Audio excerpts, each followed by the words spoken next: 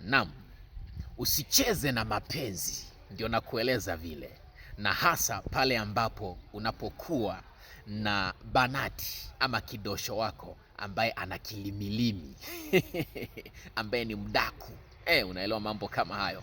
Unakuwa na kidosho kilimilimi.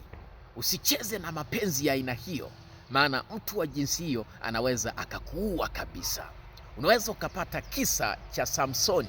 Samsoni alikuwa ni mnadhiri wa Mungu, mnadhiri wa Mungu.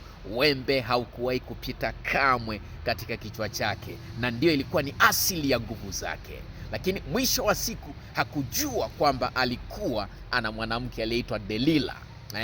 Huyu Delila ndiye alikuwa nani? Huyu kidosho wake. Lakini nini kilitokea? Akawa anampeleleza sana kwa habari ya asili ya nguvu zake.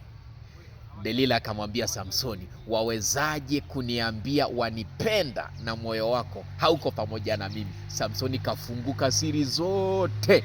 Delila akaita mtu akamnyoa nywele.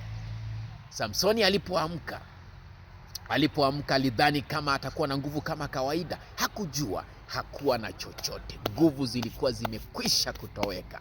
Akatolewa, akakamatwa, akang'olewa macho Samsoni. Huwezi ukaamini, ndugu Mswalindo, na kueleza vile. Usicheze na mapenzi, yanaweza yakakuua. Kaa vizuri kaa vizuri. Ukipenda uwe kama baba yetu Ibrahimu.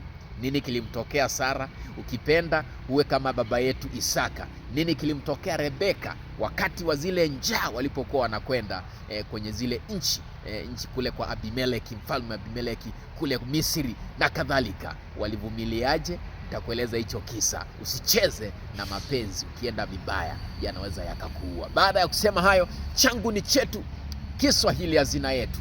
Langu jina Emmanuel Arahango, Ulumbi kila pahala. Naam.